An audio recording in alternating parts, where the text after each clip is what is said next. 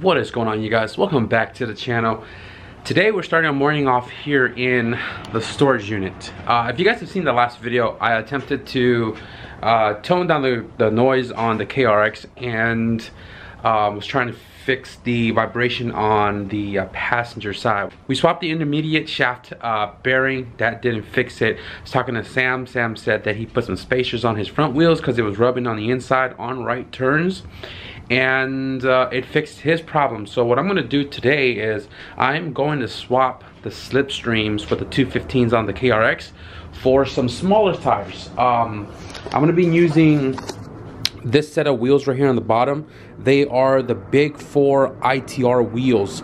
Now I believe one of these wheels weight fell off during transportation to the unit, so I don't know where this guy came from, but I'm gonna be using these guys because they have like all season tires. They're 195, so it's gonna be less less aggressive to contact the inner wheel well and all that stuff. So I'm gonna take those, and I would rock these because these were originally on the KRX, but I smoked the tires up on the 100,000 subscriber burnout, and Chad has my RPF ones.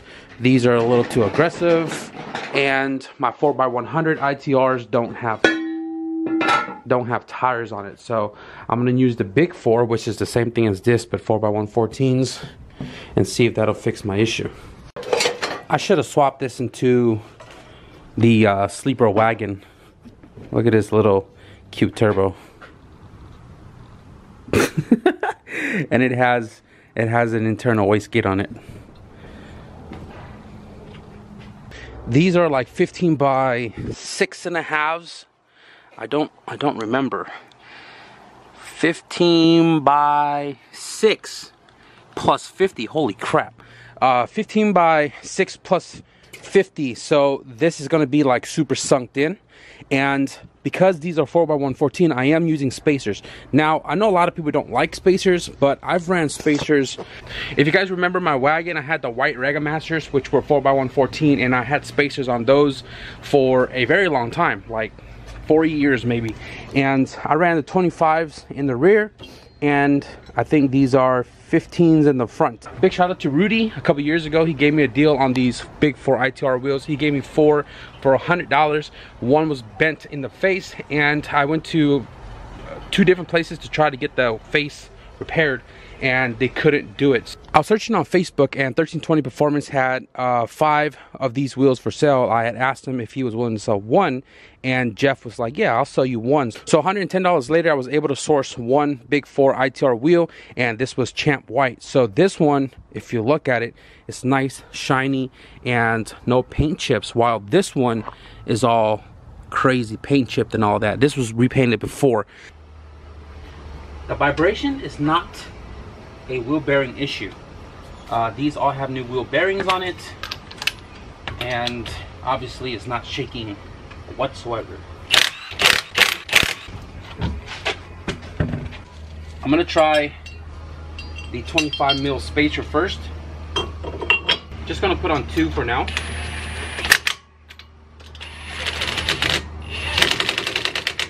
I want to see how far the tire kicks out to the fender. Oh wow, almost flushed. If you look at it, it's like the rear. Now the only way to see if I'm gonna run the 25 in the front versus the rear is to see how much the rear kicks out or stays in. The only issue that I'm seeing is that these studs sticks out a little too far. Now for the slipstream, it'll be okay because those studs can go into these holes, while the ITR doesn't have that hole.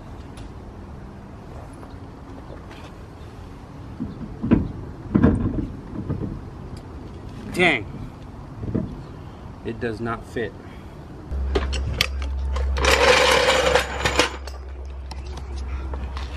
Not bad, not bad. So the rear, I had to add a 5 mil spacer to make up that gap, and I was able to get the wheel secured into place. But if you look, it looks just like the front, which is good. Now mind you guys, these are 15x6, so the 25 mil in the front and the 20 in the back helps the width of the car. A lot of people like the EGs and stuff because they have a wider wheelbase than the EF do, and that's why a lot of people track those chassis. So I'm letting the car warm up right now, about to take it for a spin. I always mark my wheels for rotation purposes: front passenger, rear passenger, driver rear, driver front. So this is the wheel that came off of the passenger front, and there's no cracks that I can see. I mean, I've also rotated it this with that one, and it's still shook on the same side. So I don't think it's the wheel itself. Man, look at all that brake dust, that Hawk HP Plus. Eesh.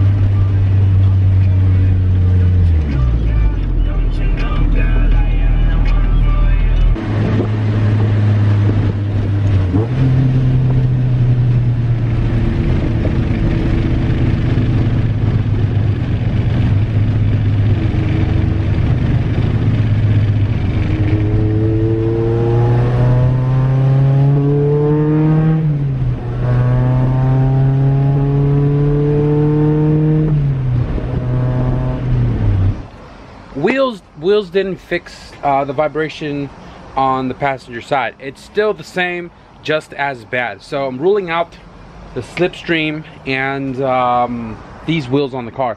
Now there is a little bit more vibration. Granted, I'm running 20-25 mil spacers. One of the wheels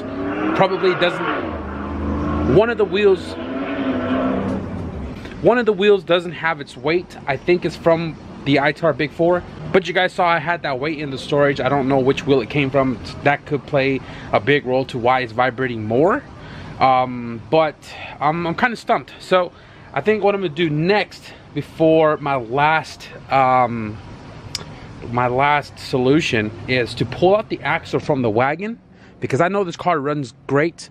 No vibration on the passenger side or the driver, and that axle is brand new. So I'm gonna take that axle out, put it on this side, see if it fixes the issue, and if it does, we'll buy another axle, we'll slap it in the wagon, or we'll just put the new one on this car, the wagon, original axle back. You know what I'm saying? Put a new axle to see if that fixes my issue, because Sam did it on his car. Again, he did so much that he didn't know which one fixed his issue. So I'm gonna swap the axle. I think I might do that right now, and then, like I said, the last resort.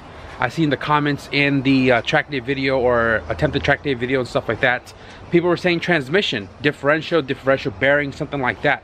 And if the axle does not fix it, I have my K20 Z3 LSD transmission right here that I could put into the KRX. One, see if it'll fix the issue. If it does or doesn't. Two, we'll have LSD in this car. So that is like my last resort. I also want to put another set of wheels on here that doesn't have adapters, just to rule out the adapters and spacers from causing more of an issue. So I might swap the wheels off the all-wheel drive car, because they are used to shit NT01s, and I don't have any issues with that on the all-wheel drive car. So one step at a time. Axles. Also, you guys remember I had this hatch break off at the track, and last night I took the whole trunk off the car and I welded those nuts back into the frame after smashing it flat, and aligned everything back on. That is completely flat. This is 100% lined up now, and we're not binding over here anymore. So that's awesome. I don't have to swap the other hatch out, which doesn't have the tint. I have the axle out, right? And you know, I'm looking at the axle. Nothing is wrong with the axle. Nice and firm, like no plays on this end. No play on this end. but obviously it's going to have this plate because it's a CV joint. I don't think anything's wrong with my axle. Now, I was looking under here, right? Just kind of double checking everything that potentially could be loose.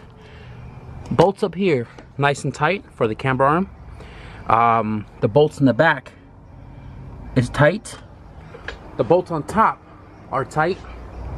Everything underneath here is brand spanking new. Everything is nice and tight.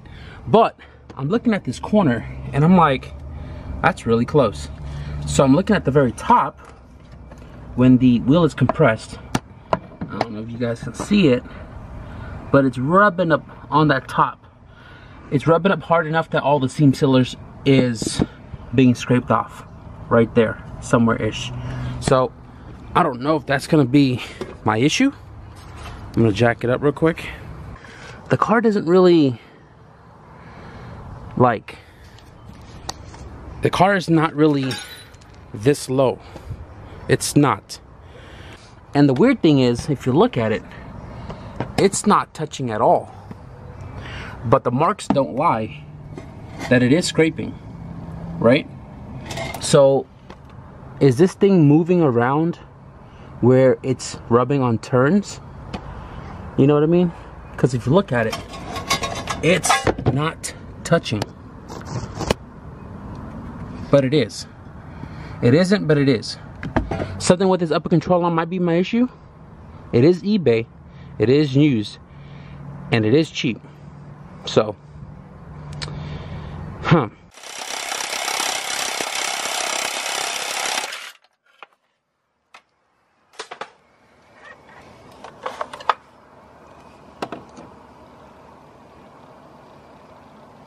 fully preloaded again. I'm looking over here. It's got a ton of clearance now. I'm talking to Sam right now, and he's like, maybe the chassis has a lot of flex in the front with the K-swap, that this touches on turns, if this is my issue. I kind of feel like putting my axle back in and just ruling this thing out one at a time. But alarm clock, I gotta go eat. But yeah, I kind of want to put my axle back on. I might even put my slipstreams back on just to rule out the wheels, because these wheels are shaking pretty bad. But I don't want to do too much and then not know what the issue was if it was fixed. You know what I mean? So I might even do that.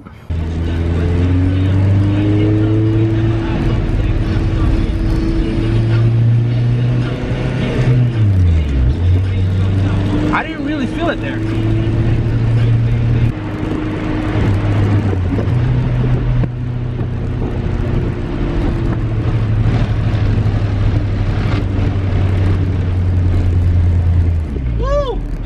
I think it's still there.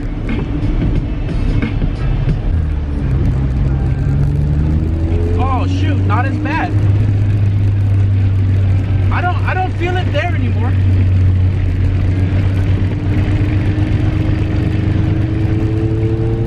I feel it all around the whole car.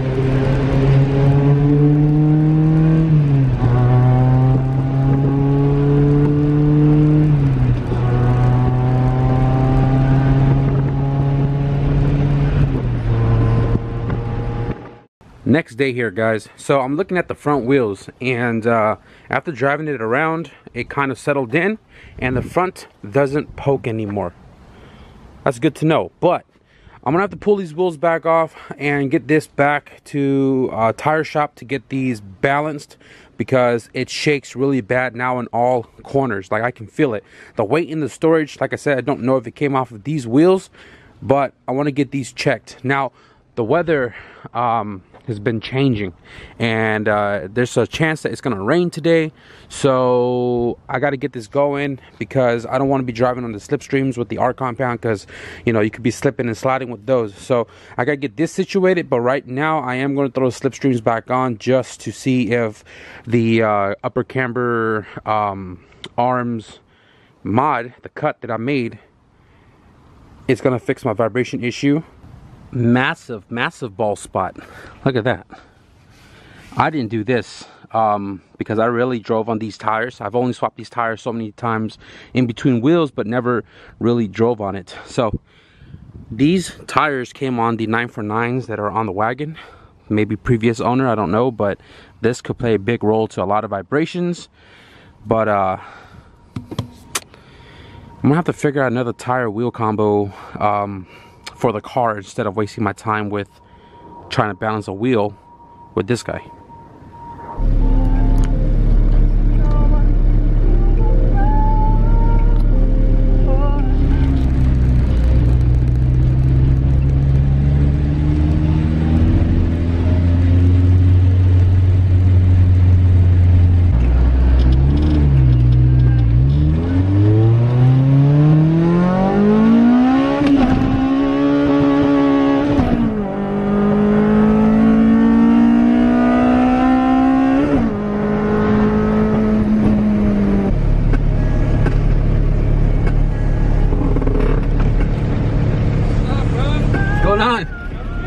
Yeah.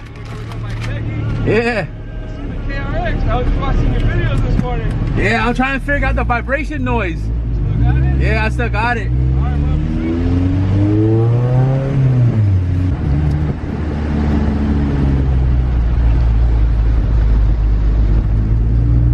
It's not there as much anymore. Maybe it's still rubbing a little bit. I don't know. It's not really there. Maybe it's the axle.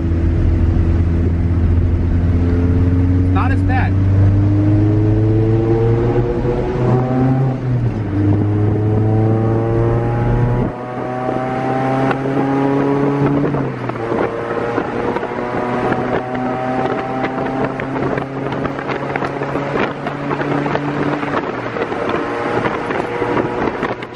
So I just took a long freaking drive, and I tell you what, with my slipstreams back on the car and the upper control arm mod, it does not shake as bad as it ever did.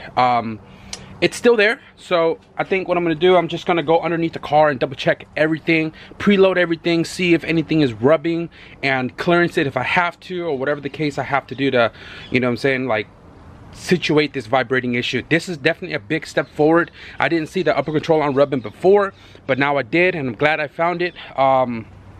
It was kind of sketch. I didn't have windshield wipers. I'm on these R compounds in the rain. I really thought I had the wiper motor in here, but I don't. So I got to put that on once I find it, get a wiper, the new blade, wire it up because it is wire tucked in the engine bay. A lot of little things I got to button up with this car, but it drives a ton better.